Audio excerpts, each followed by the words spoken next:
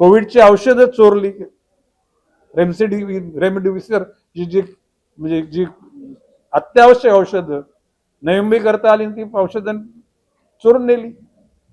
सिडकोचा कारभार नवी मुंबईमध्ये, शेतकरी प्रकल्पग्रस्त कुठले नवी मुंबईचे, पण सिडकोचे फंड कोविड सेंटरला कुठे, मुंबईमध्ये, ठाण्यामध्ये. नवी मुंबईला ना त्याचा फायदा दिला. स्वतःच्या स्वार्थाकरता सिडकोचे भूखंड जे नवी मुंबईचे जनतेकरता मिळायला पाहिजे महापालिकेला, ते भूखंड बिल्डरांच्या घशात घातले. मी ते ओपन हाऊसमध्ये बोललेलो आहे ना, आज पुन्हा बोलतोय.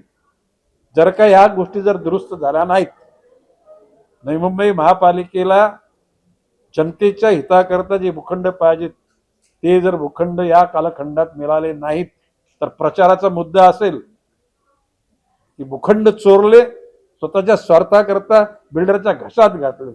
अशा लोकांना तुम्ही काय सन्मानित करणार आहात? जनतेला अपील करणार आम्ही.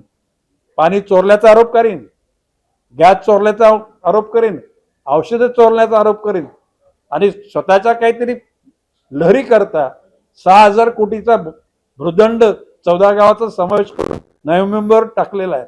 नवी मुंबईच्या जनतेला ते परवडणार आहे का? हे प्रचाराचे मुद्दे असतील. न पेक्षा आता अनाऊन्स करावं, नवी मुंबईचं 40 MLD पाणी दिलं गेलं.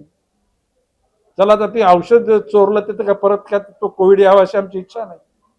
ऑक्सिजन गॅस चोरला तो गेला, परंतु 40 MLD पाणी नवी मुंबईचे, आता माननीय मुख्यमंत्र्यांकडे मागणी केलेली आहे, ही 14 गावं काढा. नियमाप्रमाणे एकदा निवडणुकांची ही घोषणा झाल्यानंतर ती पण इलेक्शन कमिशनरनी केली आणि सन्माननीय कोर्टाच्या आदेशाने असं केली, म्हणून ती गावं आता नाही काढता येणार, परंतु निवडणुका झाल्यानंतर ती गावं काढली जातील. माननीय मुख्यमंत्री मध्ये बोलले की पहिल्या 6 महिन्यामध्ये ही गावं आपण काढून टाकू. शेवटी नवी मुंबईच्या जनतेला 6,000 कोटीचा भूदंड हा आम्ही नाही त्यांच्या डोक्यावर देऊन. एबीपी माझा, उघडा डोळे बघा नीट.